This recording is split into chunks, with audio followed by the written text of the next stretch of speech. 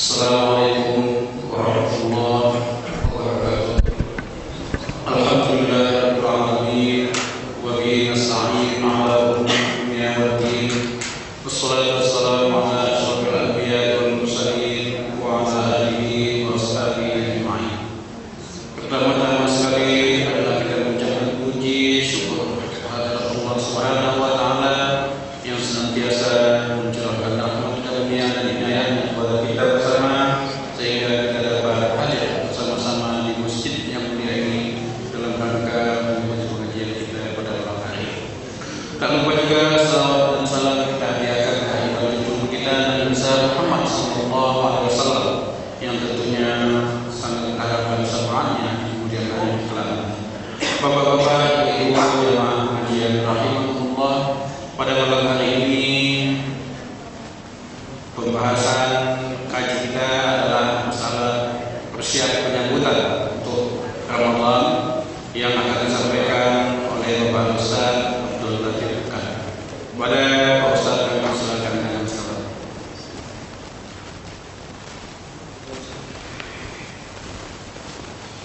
Bismillahirrahmanirrahim. Assalamualaikum warahmatullahi wabarakatuh. Alhamdulillahirabbil alamin wassalatu wassalamu ala asyrofil anbiya'i wal mursalin wa ala alihi wa sahbihi ajma'in. Wallahu ta'ala a'lam bis-sami'il 'alim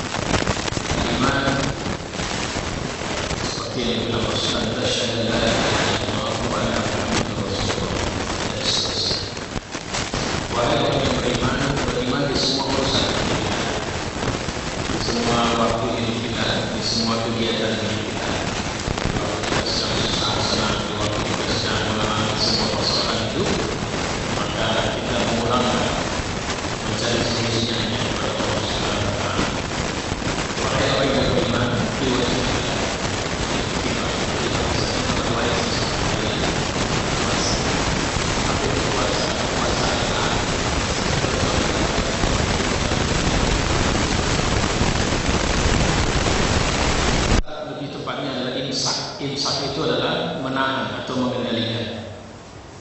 Apa yang ditahan? Nafsu. Apa yang ditahan dari nafsu? Segala hal yang bisa merusak kesucian hati. Ya, apa yang ditahan dari nafsu? Segala hal yang bisa mengganggu keselamatan dan kesehatan fisik kita. Ya, karena di antara yang mengganggu adalah makan dan minum. Nah, kalau kita ini makan bisa jadi makannya berlebihan, minumnya juga berlebihan, sehingga bisa mengganggu fisik kita. Maka tidak mungkin makan yang berlebihan itu bisa membuat penyakit sama kita. Apa yang mengganggu kesehatan rohani kita dari nafsu? Ya, hati-hati syaitan tidak pernah lelah untuk kemudian memanfaatkan dari pengendara nafsu kita untuk kemudian merusak kita, baik di saat kita sedang beribadah sekalipun. Ya, bisa jadi waktu ibadah yang syaitan itu merusak kita, seperti sholat. Padahal sholat ini adalah kewajiban, tak perlu pamer. Tapi ada orang yang merasa setelah dia rajin sholat, dia orang soleh. Ini syarat wajib menjadi muslim sebenarnya, tidak ada yang lain. Apalagi nanti puasa Ramadan, tidak perlu bangga kalau bisa puasa penuh setahun sebulan. Tak ada hebatnya, karena memang kewajiban. Ada orang bisa berangkat haji, kemudian dia pulang haji, kalau nggak dipanggil Pak Haji marah, padahal haji itu kewajiban. Nah, ini dia bentuk-bentuk yang bisa dirusak dari ibadah-ibadah kita. Terus nanti bulan Ramadan kita mulai melihat ada orang pamer bayar zakat. Aneh, akhir zaman ini banyak orang aneh. Ya, fikih haji, gelar haji harus dipakai. Nggak ada masalah, tapi jangan dalam makna harus tidak keluar dari, jangan keluar dari keikhlasan niat kita.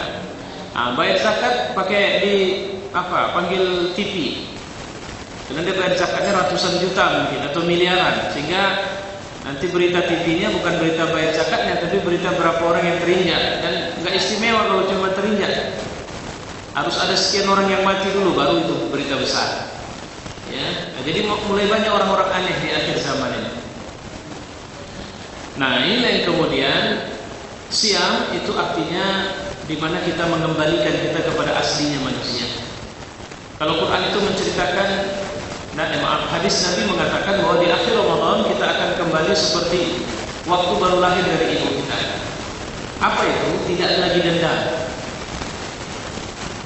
Ya. Rabbana la taj'al fi qulubina ghillan lil ladzina amanu. Wahai Tuhan, janganlah kau jadikan dalam hati kami ada ghil. Ghil itu dendam. Dendam itu apa? Aku udah maafkan dia. Cuma asal diceritakan tentang dia ada perasaan tidak suka, itu dendam namanya. Kita pernah bermasalah sama seseorang, kemudian kita sudah maafkan dia, tapi setiap ada event orang itu diceritakan, nggak ada rasa tidak suka kita. Nah, itu bahasanya dendam. Makanya mintalah sama Allah, karena Allah yang bisa menghapus itu. Setan merawat itu. Ya. Apalagi banyak sekali sebenarnya yang bisa kita bersihkan. Jadi cobalah belajar dari anak kecil. Anak kecil nggak ada dendamnya dia. Dia tidak tersandera oleh masa lalu. Dia mudah memaafkan orang. Walaupun dia nangis, dia habis-habisan yang nangiskan orang tuanya, dia nggak ada dendamnya sama orang tuanya. Tapi itu anak kecil ya. Ada anak yang sudah mulai berpikir, dia dendam sama orang tuanya. Beda ini. Makanya kita seperti baru lahir dari rahim ibu kita, itu maknanya lebih kepada apa istilahnya ya? Usia fitrah. Usia balita. Jangan kalau sudah usia dewasa, balik, dia sudah mulai itu ada tak suka sama orang tuanya, dimusuhinya orang tuanya, didiamkannya orang tuanya, bahkan ada yang membunuh orang tuanya. Gitu. Nah, Ramadan ini latihan kita untuk mudah memaafkan. Ramadan latihan sama kita untuk kemudian ada ketulusan, ada sikap untuk kemudian terus-menerus meminta perlindungan kepada Allah. Seperti seorang anak juga yang ketika dia tidak bisa hidup jauh dari orang tuanya. Yang saya maksud tadi anak balita, anak masih fitrah. Dan dia akan merasa senang bermain apapun kalau ada orang tuanya. Tapi dia akan kehilangan selera dan semangat bermain ketika dia tidak melihat orang tuanya. Nah, begitu kita keluar dari Ramadan, kita juga seperti itu. Tapi bukan persoalan orang tua kepada Allah Subhanahu wa taala. Kita merasa nyaman hidup ini, enggak ada yang kita perlu khawatir karena mati pun kita jumpa Allah.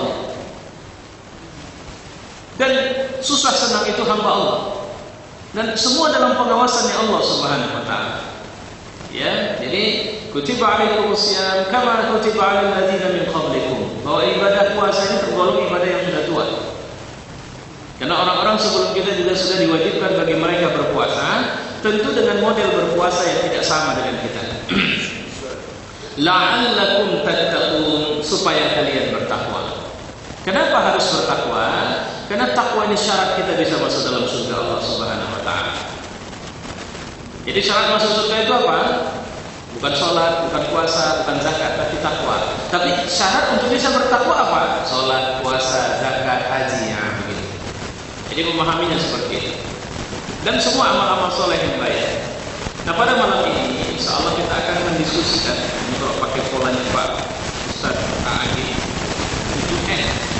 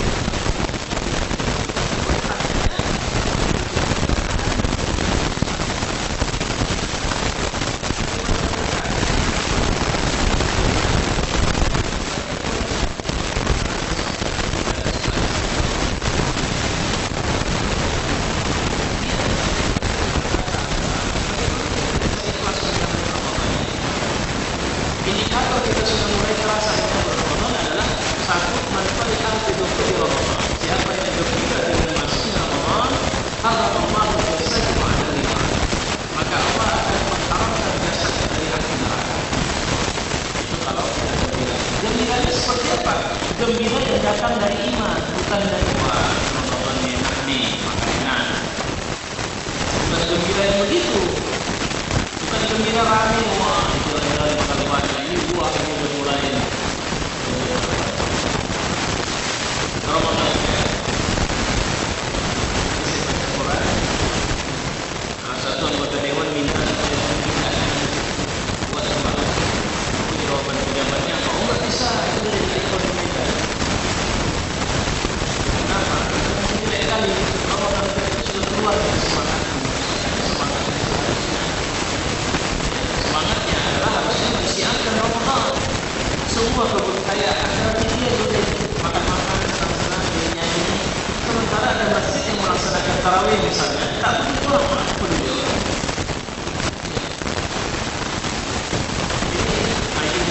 Makanya kita harus masuklah Ramadan ini dengan ikhlas sunnah.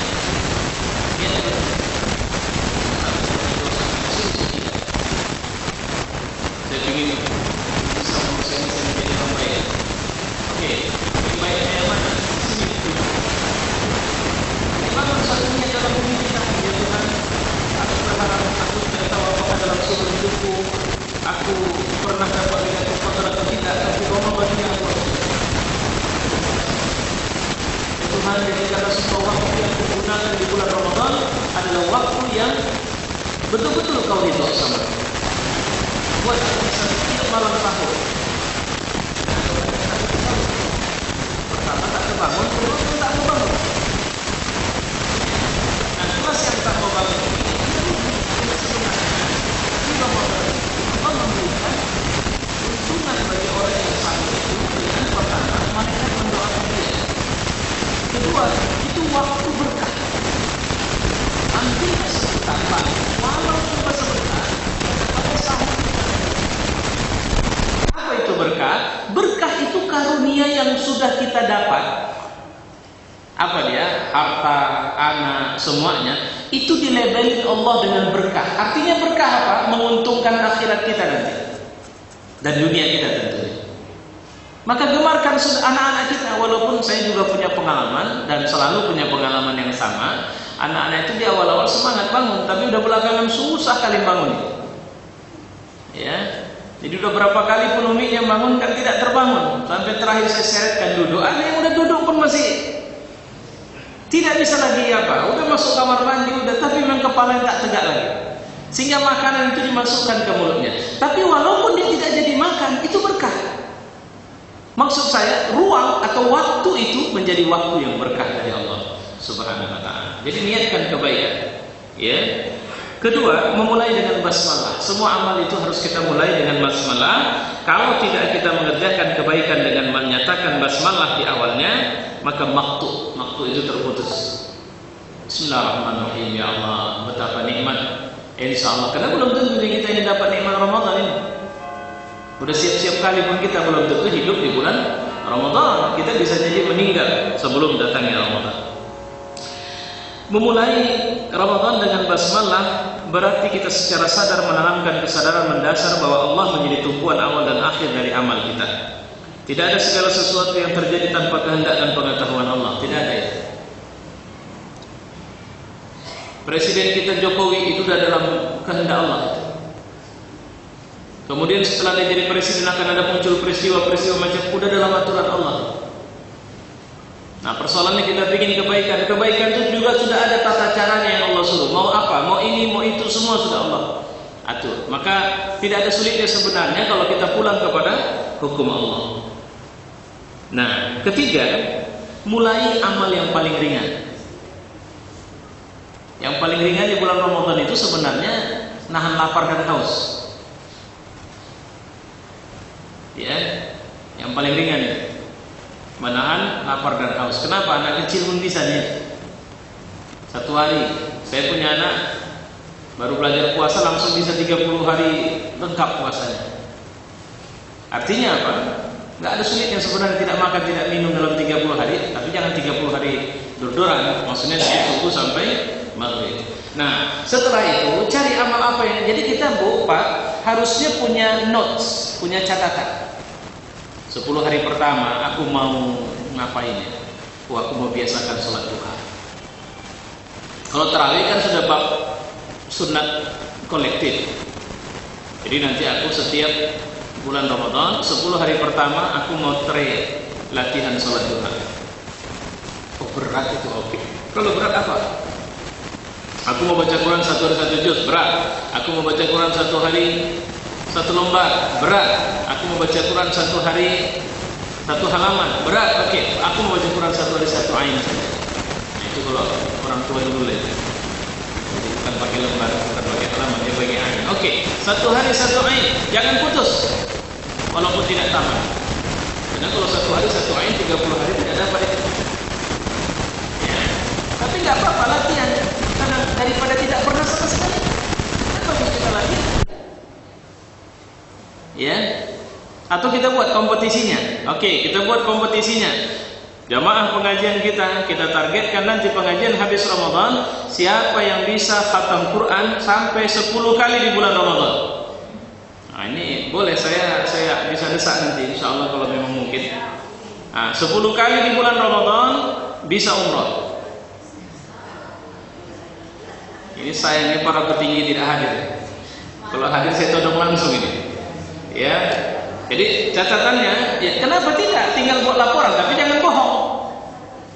Oh saya Ustaz 20 kali impossible. 10 kali itu udah super pasti orangnya ini adalah orang yang tidak punya kesibukan macam-macam di luar sana. Atau dia hafiz Quran. Tinggal itu saja itu. Kalau ibu-ibu langsung store saya 12 kali Ustaz khatam Quran, nah udah enggak benar ibu-ibu. Ini bulan puasa bohong dia. Nah itu ya. Nah, jadi musabaqah ya, musabaqah. Nah, dan itu berat, itu amal yang berat. Jadi amal yang ringan itu apa? Misalnya kita membiasakan istighfar 10 kali sehari di luar istighfar salat kita. Ya, amal-amal yang ringan-ringan lah dulu. Keempat, bertahap. Jadi maunya grafik kita semakin ujung Ramadan, waktu kita itu nanti di ujung udah lebih suka sendiri. Kalau di awal bolehlah buka, makanya kalau namanya buka puasa bersama jangan di 10 hari akhir. Nah, kalau mau buat buka puasa bersama di awal, gitu. Ya. Nah tujuannya apa? Supaya karena tahapan-tahapan Ramadan semakin ke ujung sebenarnya itu adalah ibadahnya semakin sendiri. Kalau Nabi SAW di ujung itu dia sudah itikaf di masjid, dan di masjid itu dalam kelambu lagi. Jadi masjid ini Nabi dibuatkan tenda, dikurung di sini. Nah disitulah Nabi masuk. Jadi kalau Nabi udah masuk tak bisa diganggu itu. Ngapain dia di situ? Apa saja zikir, doa, baca Quran, sholat, urusan dia lah itu. Nah tapi untuk bisa sampai ke situ kita harus melakukan bertahap. Speed pertama ya udah tarawih dulu di masjid. Habis tarawih enggak usah diporsir ibu. Nanti habis tarawih ibu porsir sampai jam 1 baca Quran di masjid. Pagi subuh habis subuh sholat baca Quran lagi di masjid. Biasanya kayak begitu, ujung-ujungnya semakin sedikit. Pelan-pelan saja latihannya. Ibu-ibu, hari ini kita baca Quran setengah jam saja. Besok kita sambung. Besok udah mulai enak, udah mulai rajin. Yuk, bisa nggak? Sepakat kita tambah jadi 1 jam. Nah, begitu maksud bertahap dalam menjalankan secara bertahap.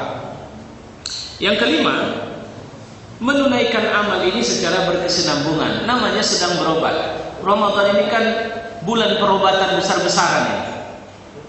Mengobati jiwa, mengobati rohani, mengobati akal, supaya pikiran kita jangan nyeleneh. Banyak orang salah. Nah, tokoh liberal misalnya, saya tadi baca satu buku, sepertinya tidak saya bawa. Syafi'i Ma'arif bilang bahwa misalnya ada sebuah pernyataan dalam surat Al-Baqarah ayat 62 di mana Allah menceritakan tentang orang beriman dari kalangan Yahudi, Nasrani, orang-orang penyembah bintang. Selama mereka beriman kepada Allah dan hari akhir, maka mereka tidak perlu takut dan cemas. Jadi dari ayat ini dia bilang bahwa ini adalah ayat yang menegaskan pluralisme, bahwa semua agama sama, semua agama punya hak masuk dalam surga. Padahal menurut para mufassir bahwa ini berhenti di masa Nabi Muhammad SAW, sudah berhenti dengan datangnya Nabi, agama-agama lain tamat ceritanya. Oh, dia bilang tidak. Lantas dia bilang kalimat dia begini. Iya, dia mau masuk sendirian surga. Nanti nyapu surga itu kan lelah, itu luas sekali dia nyapu surga. Walaupun itu diungkapkan dengan bahasa canda, tapi canda itu melecehkan. Karena sama aja dia tuduh Nabi SAW serakah dengan surga, rakus dengan surga, dan surga itu luas sehingga nyapunya nggak mudah. Loh, siapa yang nyapu surga? Bukan awak yang masuk surga. Yang nyapu surga sudah ada pelayannya di surga. Dan untuk apa lagi disapu? Apa dia pikir punya debu kayak dunia ini? Nah itu. Jadi maksudnya Ramadan ini berobatlah kita supaya otak kita jangan rusak cara berpikirnya. Cuma nanti di TV itu banyak yang aneh-aneh. Malah pelawak yang lebih sering ngawani kita puasa. Ya, artis-artis yang di luar Ramadan mereka itu orang-orang yang tidak benar, pakaiannya tidak jelas. Nah, mulailah. Dan hari-hari dia misalnya bajunya udah di bawah dadanya diangkat sedikit, kena ini Ramadan. Ya baiklah, itu bagus. Cuma apa itu yang harus menjadi tontonan kita?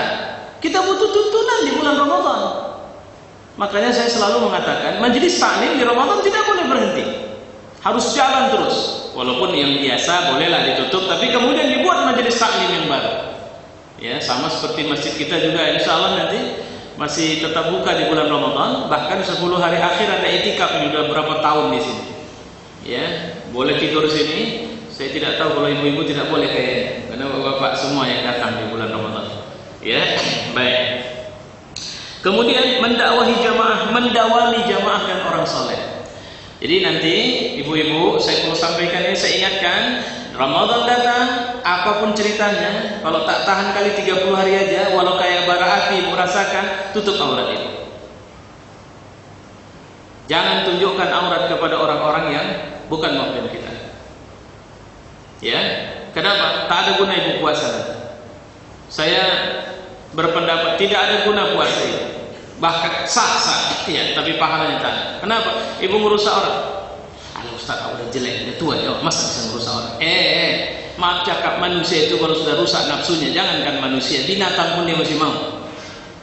Nah, jadi jangan bilang aku sudah tua, aku ini, aku itu. Apalagi adik-adik yang masih muda. Ya, anak-anak remaja, ingatkan sama anak-anak remaja kita, baikin bajunya. Kalau bisa dibuang baju-baju yang nggak beres itu. Ya, karena itu baju yang akan mengantarkan kita ke neraka, bukan ke surga. Nah, mulailah belajar jadi penghuni surga di bulan Ramadan. Tidak ada penghuni surga yang buka aurat. Nah itu. Ya Allah, zaman kita memang rusak dan payah sekali. Hari ini sekarang kita mau tutup aurat, tapi pekerjaan kita tak membenarkan. Ya, hari ini kita mau beribadah rajin, tapi pekerjaan kita tak membenarkan. Sementara kita cari makan di situ. Maka kalau begitu, kuatkan mendawami. Mendawami itu artinya membiasakan bersama jamaah orang soleh dan orang solehnya sekalian. Jadi kita sering berhubungan, kita buatlah SMS berantai. Saya siap insya Allah kalau persoalan SMS berantai. Tapi misalnya satu SMS saya kirim ke 10 orang itu kirim lagi ke. Nah, setiap hari Ramadan boleh dibuat nanti di jamaah kita. Saya tiap hari memberi tausiah via SMS atau WhatsApp atau BBM, insya Allah saya siap. Ya, jadi alhamdulillah hari ini tetap kita berjumpa dengan Ustaz, mendapat siraman rohani. Hari pertama adalah ini, hari kedua nanti ini. Boleh terus berdiskusi. Ya, nanti insya Allah mungkin, tapi kayaknya ini terakhir sebelum Ramadan. Ya, pengajian kita ini dengan saya berakhir sebelum datangnya Ramadan. Terakhir, biasakan memanjatkan doa. Karena semua waktu Ramadan itu adalah waktu makbul. Jadi jangan bilang bahwa yang makbul itu pas malamnya, siang. Ini semua all of the time, 24 jam di Ramadan itu waktu yang makbul berdoa.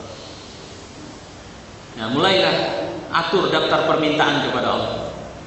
Pada waktu buka silakan berdoa, pada waktu sahur silakan berdoa, pada waktu tarawih silakan berdoa, pada waktu datangnya subuh silakan berdoa, pada waktu puasa bahkan lebih utama kita berdoa kepada Allah itu di waktu kita sedang puasa.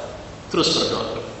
Ini bahagian dari bagaimana kita bisa mendapatkan keutamaan atau kebaikan untuk kemudian kita bisa menjalani Ramadan ini dengan baik, di mana Allah akhirnya mengeluarkan kita dari Ramadan dengan melakukan amal-amal yang tentu saja mendekatkan kita kepada Allah Subhanahu wa taala dan memudahkan kita untuk masuk surga. Dan kalau bisa pintu kita pintu khusus. Nah, jadi kita punya azam habis Ramadan ini bagaimana bisa nggak saya menjadi orang yang terus bisa berpuasa sunnah. Ya. Kalau saya masih berkhayal ya, untuk bisa terus puasa. Ya. Kenapa? Karena penyakit yang saya derita khususnya di lambung memang tidak membuat saya bisa tahan puasa. Walaupun Ramadan ada sekitar 3 tahun terakhir ini saya sepertinya sudah lebih mampu. Biasanya ada saja saya batal itu. Tak sanggup. Pernah satu hari sudah jam 6, sudah tinggal berapa, enggak tahan, yang sudah luar biasa tidak tahan. Ya akhirnya berbuka. Ya. Nah, semoga kita Allah berikan kesehatan sama kita dan tidak terganggu Ramadan kita dalam semua ibadah-ibadah yang kita lakukan. Nah, wallahu a'lam bishawab. Ini saya sampaikan ringkas.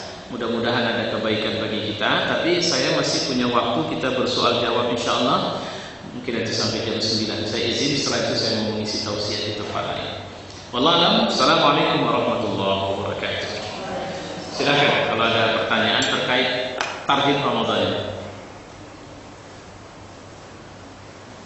Iya. Waalaikumsalam. Dikuatkan suaranya ya. Saya belum lihat di mana yang bertanya. Silakan.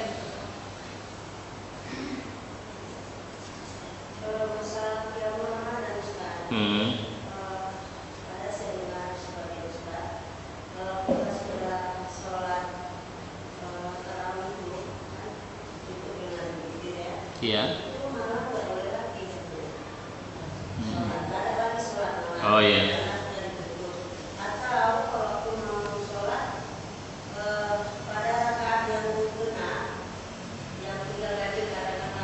Nggak ikut lagi. Iya.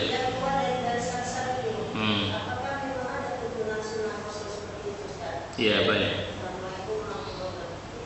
Waalaikumsalam. Tarawih itu adalah qiyamul lail yang disegerakan dan waktunya adalah setelah sholat isya sebelum tidur. Itu namanya tarawih.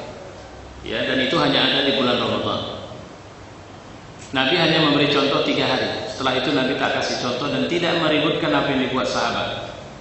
Tapi kalau perilaku sholat witir, Nabi pernah menganjurkan kepada Mu'adz, ya Mu'adz bin Jabal, untuk melakukan witir sebelum tidur. Kenapa? Mungkin ya saya menduga mungkin karena Mu'adz ini payah bangun kalau udah tidur kecuali subuh. Jadi dianjurkan witir sebelum tidur. Bahkan kabarnya Abu Bakar Siddiq juga seperti itu. Dia witir sebelum tidur. Tapi bangun lagi dan sholat. Umar tidak, dia habis tidur. Bangun sholat tahajud baru witir. Nah, artinya Rasulullah kalau jadi contoh tidak menganjurkan, tapi mencontohkan bahwa kebiasaan Nabi kalau sholat qiyamul lail menjadikan witir itu adalah akhir sholat qiyamul lailnya. Udah itu aja, nggak ada, bukan jangan ya kalau memang masih mau ada sholat jangan lagi, nggak ada itu. Jadi kalau ada yang mengatakan tidak boleh lagi sholat, ini pun sholat sunat kok. Mau berapa banyak silahkan Ramadan itu lakukan malam-malam. Nggak harus 23. Mau berapa sanggup, sesanggupmu. Nah, kasarnya begitu. Kenapa? Karena tarawih bisa kita kerjakan, qiyamul lail malam nanti tahajud bisa dikerjakan. Tidak ada bersolat. Cuma witirnya 1 kali saja. Nah, jadi kalau kita udah tarawih, tutup witir, nanti bangun sholat lagi, jangan pakai witir lagi. Hanya ada 1 witir dalam 1 malam. Kalau 2 witir dalam 1 malam itu bukan witir lagi, genap. Karena pasti yang pertama 3, yang kedua dia bangun 3 lagi, jadinya 6 kan? Nah, tentang witir itu dipisah. Kita meniatkan sholat kita witir, tapi dibuat 2 dan 1, kan begitu di bulan Ramadan. Tetap saja nggak ada masalah. Ya. Tentang polanya, aku niat ini bukan lafaz, saya tak pandai. Makanya dulu guru saya mengaji di kampung, dia bilang yang 2 rakaat itu niatnya adalah muqaddimatul witir. Itu hanya lafaz menurut saya sekarang. Yang benar, niatnya 3 rakaat. Cuma pelaksanaannya dipisah 2-1. Udah itu aja. Ustaz melafazkan yang 2 ya 2 rakaat, yang 1 ya 1 rakaat. Nah, cuma guru saya itu ya, memang ulama sepuh itu yang sangat disegani. Nah, dia mengajarkan kalimat muqaddimatul witir. Sholli sunnah muqaddimatul witir raka'atain lillahi ta'ala. Tapi saya tak pernah dengar ada istilah muqaddimah witir. Nanti bahaya itu jadi jatuh kepada niat gitu kan. Jadi niat itu, witir itu paling ringkas adalah 1. Bisa 3, bisa 5, bisa 7, bisa 9. Ini namanya witir. Witir itu artinya ganjil. Dan sholat malam yang paling utama itu adalah witir. Oke, jadi menjawab pertanyaan tadi, ini perlu saya ingatkan ibu-ibu, nanti kalau terlambat pergi ke masjid, udah tarawih orang, ibu jangan ikut tarawih langsung. Udah sholat isya belum? Sholat isya dulu. Ada banyak orang yang bodoh, yang jahil lah. Nah, bilang bodoh yang jelek kali kan, yang jahil begitu. Ya. Terlambat dia, udah tarawih pula, aku tak bisa aku. Nanti isyanya kapan? Nanti aja habis tarawih, sama dia, rusak sholatnya. Tarawih itu harus setelah isya. Isya dulu baru tarawih. Ya, oke, baik. Saya kira itu jawaban saya, Bu. Tidak, jawabannya tidak, boleh. Ya, tapi jangan lagi melaksanakan witir setelah bangun. Ada lagi? Sekarang lah nanya, jangan nanti Ramadan baru tanya, Ustaz batal enggak ini kan itu. Tiap tahun berulang itu saja pertanyaannya. Ya.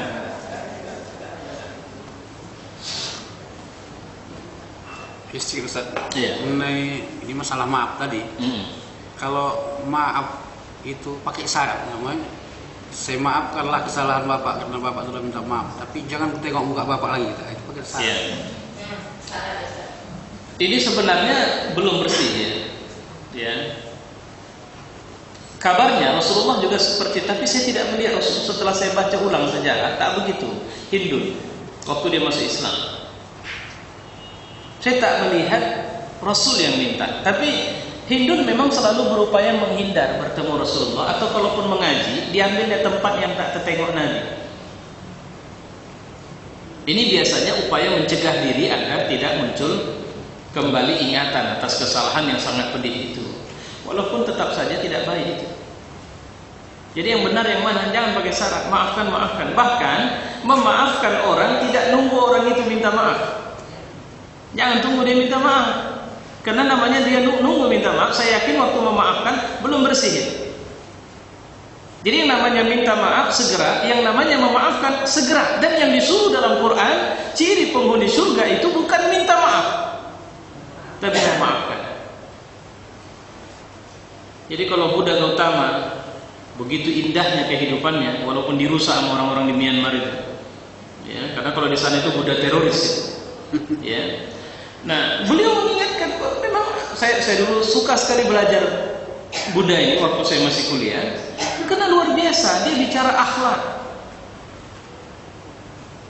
Nah, persoalannya Nabi SAW dia jauh lebih utama akhlak. Dia tidak pernah marah. Ada 10 orang yang dia vonis harus dibunuh pada waktu Fathu Makkah, salah satunya Ikrimah. Tapi Ikrimah itu ternyata dimaafkan oleh Rasulullah SAW. Bahkan Rasul memberikan nama yang baru kepada Ikrimah, Muhajir. Dia adalah seorang yang berhijrah ilallahi wa rasulih, ya, kepada Allah dan Rasulnya. Ya, jadi ku maafkanlah kau, tapi jangan ku tengok lagi muka kau sejak hari ini. Nggak boleh, karena itu sama dengan bisa jadi memutus. Sudah memaafkan tapi memutus hubungan dia. Yang namanya maafkan free, tidak ada persoalan lagi. Sama kayak anak kita udah habis kita gimbal, maafkan ayah ya nak, dimaafkan, udah selesai. Ada dia dendam? Tidak ada. Besok dia bisa tersenyum tertawa dengan kita. Ya, nah ini yang harus. Cuma tidak ada cumanya sebenarnya. Para sahabat Nabi ketika ayah mereka masih kafir, mereka tak bisa bersahabat kalau bicara agama. Ya, jadi namanya memaafkan tanpa syarat, itu melepas masalah dalam diri kita. Sudah selesai. Dan memaafkan itu bukan pekerjaan mulut, itu hati yang kerja. Sama juga dengan minta maaf, itu bukan pekerjaan mulut. Jadi amal soleh kita itu semua harus datang dari hati kita. Jangan beramal soleh yang tidak datang dari hati. Bersedekah kalau datang dari pikiran, dari kali-kali nafsu. Banyak orang bersedekah sekarang. Sampai bulan 12 nanti di Medan ini ramai kali orang sedekah. Kenapa? Dia mau jadi wali kota, atau dia mendukung wali kota, atau supporternya gitu. Tapi dengan kali-kali sudah gitu. Nah, kalau bersedekah, orang yang benar dalam sedekahnya, dia tidak akan menghitung-hitung, bahkan dia tidak menuntut orang yang dia sedekahi itu hormat sama dia. Nggak ada urusan itu. Itu yang terjadi pada Abu Bakar Siddiq. Abu Bakar Siddiq itu pernah memberi sedekah kepada keluarganya, yang waktu terjadi fitnah terhadap Aisyah radhiyallahu anha, itu dia yang disedekah ini ikut menyebar fitnah kemana-mana. Sakit kali hati Abu Bakar, tapi Allah bilang jangan kau balas dia. Tetap aja bersedekah sama dia, karena itu kebaikanmu, bukan kebaikan dia. Jadi nggak ada urusan orang respect sama kita. Itu namanya memaafkan. Jadi kalau saya cenderung tidak setuju bahwa maaf itu harus pakai syarat. Ya, aku maafkan, tapi kau pagar rumahmu, udah capek kan aku nengok ayammu datang ke halamanku, ya, memakan semua tumbuhan di sini. Aku capek nanamnya. Tak bisa ayam, tak bisa kita marahin. Ya, tapi kalau binatang haram bolehlah. Jangan lagi kau lepas ya. Nah itu boleh jadi bagian dari dakwah. Gitu. Baik, ada lagi? Saya sedang sambil membaca ini tadi saya. Tradisi padusan dan balimau. Ya. Padusan adus keramas, mandi besar, menghilangkan hadas besar dan kecil. Pada awalnya dilakukan dimanapun dengan menggunakan air suci yang menyucikan. Namun tidak perlu melakukan padusan harus di satu sumber air tertentu. Ini udah penyakit ini. Jadi kalau sampai nanti ibu misalnya ada tradisi keramas, tapi harus mandi di sungai sana, itu nggak boleh. Jangan kerjakan itu. Kalau balimau, nah balimau menarik lagi. Ini orang-orang Minang ini banyak. Ya, di Kota Padang itu di kawasan pemandian Mukmin Turun katanya. Nah, tradisi dilakukan, tapi sudah salah kaprah. Jadi harus ke sana. Oh itu nggak betul. Maka hindari tradisi yang begini. Medan udah punya tradisi Ustaz. Enggak apa-apa. Medan udah punya tradisi sendiri Ustaz. Apa itu? Ziarah minggu sebelum. Oh enggak, itu dari mana-mana itu. Bukan Medan itu. Dari saya anak-anak juga sudah ada itu.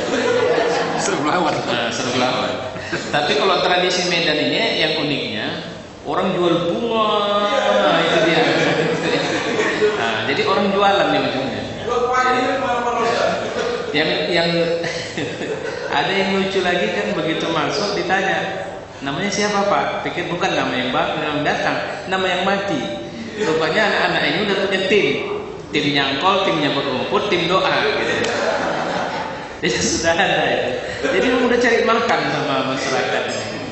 Ya, cuma saya melihat tradisi ini tidak begitu semarak lagi. Ya, walaupun tetap saja di pinggir-pinggir jalan misalnya Halang itu masih udah mulai ramai lah orang jualan bunga. Ya. Kemudian telah ditulis ini dari Abu Hurairah, bagi manusia bagian dari dosa zina dan tidak bisa menghindarinya. Zina kedua mata adalah dengan melihat, zina kedua telinga mendengarkan, zina lisan dengan berbicara, zina tangan dengan memegang, zina kaki melangkah, zina hati dengan berangan-angan. Sedangkan nah ini bicara bahagian yang dikhawatirkan kalau balimau tadi beramai-ramai pula laki-laki perempuan. Hati-hati, mata nanti bisa berdosa. Apalagi campuran. Di Bali itu ada tradisi aneh. Tradisi laki-laki bertemu perempuan cari jodoh di situ. Jadi berpeluk kuat atau apa, saya lupa ya. Nah ini tak boleh, jangan pula ditradisikan di umat Islam. Ya. Kemudian megang. Di beberapa daerah Jawa Timur, Jawa Tengah bagian selatan dikenal luas tradisi megang, kenduri, memotong ayam atau kambing sehari sebelum masuk Ramadan dengan tujuan bersyukur kepada Allah. Di Nangro Aceh Darussalam atau di Aceh, di akrab disebut dengan serain di Mekah, masyarakat motong kambing atau kerbau, tradisi disebut dengan megang. Konon kabar tradisi megang sudah ada 1400 tahun sejak zaman raja-raja Aceh. Merupakan bagian dari kekeluargaan. Tradisi praktiknya mengandung beberapa kemungkaran. Tolong ya, ini tulisan yang bisa kita kritisi. Meyakini tradisi adalah cara selamatan yang harus dikerjakan sehingga tidak melakukan ini udah. Kalau memang kita anggap kalau tak melakukan berbahaya kita, nah itu udah rusak. Saya setuju dengan tradisi kendurian sebelum Ramadan. Punggahan. Nah, ngumpul di masjid, bawa makanan apa semua. Tapi satu yang kurang, nggak ada ceramah. Harusnya ada tausiah. Karena Nabi SAW sebelum datang Ramadan dia memberi tausiah. Ini Ramadan bulan begini. Habis itu makanlah ayam itu, makanlah mie itu, enak kali itu. Apalagi ada urap, ada ini, rame-rame makannya. Ikan asin gitu kan. Nah, tapi jangan anggap itu tradisi yang harus dilaksanakan, tidak bisa tidak. Ya. Nah, kemudian apalagi tradisi bermaaf-maafan. Sebenarnya tidak ada sunnahnya. Tapi saya pikir juga tidak ada persoalan yang harus kita khawatirkan dari minta maaf. Kenapa? Karena Ramadan itu bulan latihan menjadi orang baik, dan di Ramadan juga memang bisa diteruskan tradisi minta maaf ini. Nah, dia mengatakan bahwa ini juga bukan tradisi. Ada lagi tradisi nyadran. Nyadran ini apa? Ziarah. Nah, ziarah itu tidak ada hukum dengan harus di bulan Ramadan, menjelang Ramadan, enggak ada, ziarah kapan saja. Terus ada yang harus membawa bunga kantil, kenanga, mawar, sajen, macam-macam. Nah, ini udah nggak benar. Nah, ini biasanya orang-orang Jawa ini. Ya, di Jawa, di sini nggak ada. Orang Jawa sini masih, walaupun yang tua-tua mungkin masih mau deh. Ada lagi memang harus khusus nabur 3 bunga. Ya. Akhirnya menyambut Ramadan ini harus dengan jiwa, raga, jasmani, perasaan gembira. Tidak perlu memakai pendekatan-pendekatan yang seperti tadi. Jadi kalau tidak ziarah kubur nggak ada masalah. Saya kira sangat jarang saya ziarah kubur. Bahkan setelah menikah tidak ada tradisi ziarah kubur. Kalau dulu masih ada karena saya pulang kampung. Pun belum tidak rutin gitu.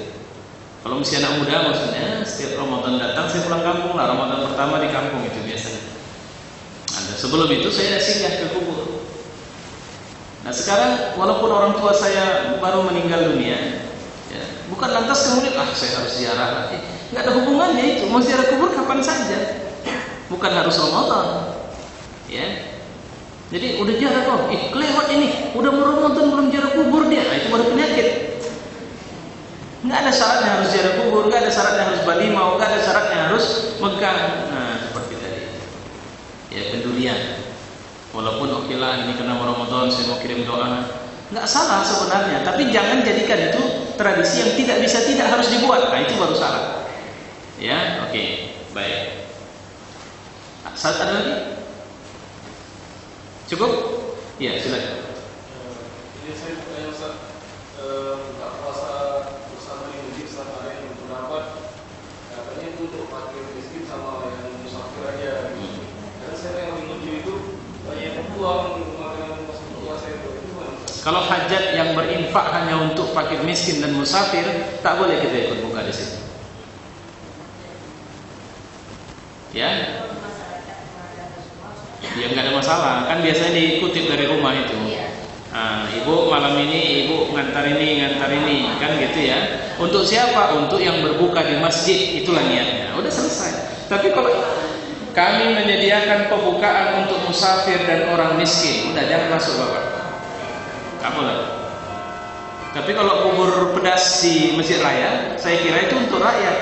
Itu udah tradisi dari zaman Raja Delhi. Ya, nah, boleh silahkan ambil. Ya. Tapi kalau ada syarat bahwa hanya orang miskin, hanya musafir, nah udah jangan ikut makan. Enggak apa-apa kata si panitia. Enggak apa-apa sih makan aja. Yang bilang enggak apa-apa siapa yang berinfak? Kalian buat merek di depan. Mereknya hanya orang susah dan miskin. Musafir. Terus orang kafir ngajak buka bersama di gereja misalnya, boleh nggak? Ngapain pula sampai ke gereja? Macam tak ada orang muslim. Makanya saya kemarin baca sebuah artikel, istri Gus Dur mau sahur bersama di salah satu gereja di Bekasi. Nah kalau itu nggak usah dijadikan, itu memang nggak contoh dari dulu itu. Jadi walaupun dengarnya gerem gitu kan, nah, bisa pula sahur bersama di gereja, macam tak ada lagi masjid. Ya, dalam rangka menunjukkan toleransi antar umat beragama. Enggak begitu caranya. Bukan kita tak mau, kita sayang sama orang-orang yang bukan muslim, khususnya yang Kristen, tapi enggak sampai segini inilah gitu. Ya. Ini kalau bahasanya sudah overacting dia. Ya, oke. Sampai kemudian si Gus Nuril ceramah di gereja. Bahkan bukan cuma Gus Nuril, MH Ainun Najib juga masuk gereja. Pakai selawatan di gereja, aneh-aneh saja. Padahal kalau bahasa Quran apa itu? kau kasih peringatan atau tidak kau kasih peringatan, mereka tidak akan beriman kepada Allah. Mau senyum-senyum kita ramah, nggak ada dapat kita dari mereka. Ya, oke. Nah, terakhir saya perlu ingatkan lagi ke ibu-ibu, bapak-bapak yang punya istri dan anak, tolong ingatkan kepada istri dan anak perempuan serta ibu-ibu yang hadir di sini, latihan untuk menutup aurat dari sekarang, karena khawatir kita nanti puasa kita tidak diterima Allah Subhanahu wa taala kalau kita tidak menutup aurat.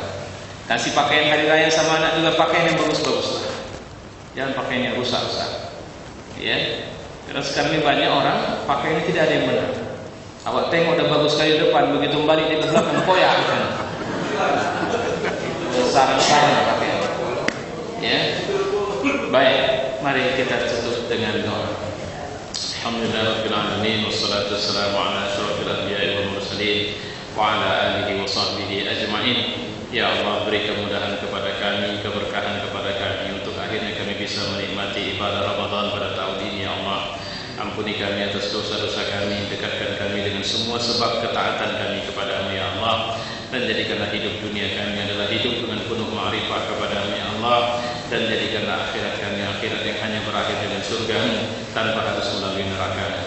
Rabbana atina fid dunya hasanah wa fil akhirati hasanah wa qina adzabannar. Wa sallallahu wasallam ala Muhammad wa ala alihi wa sahbihi ajma'in.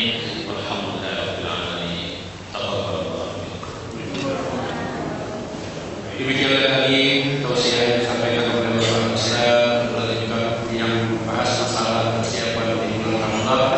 Mudah-mudahan apa yang disampaikan tersebut dapatlah menjadi amal kita untuk menyambut Ramadan yang akan datang.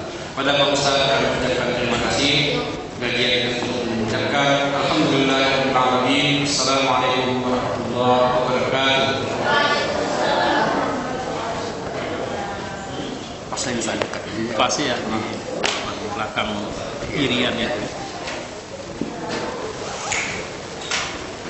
Tanggal 10 tadi Pak Rahim ngubungin saya itu untuk acara malam. Apa itu? Itu yang dia ngubungin saya dalam rangka saya pembicara. Bukan. Karena kemarin dia tanya tentang Ustadz Didin kan.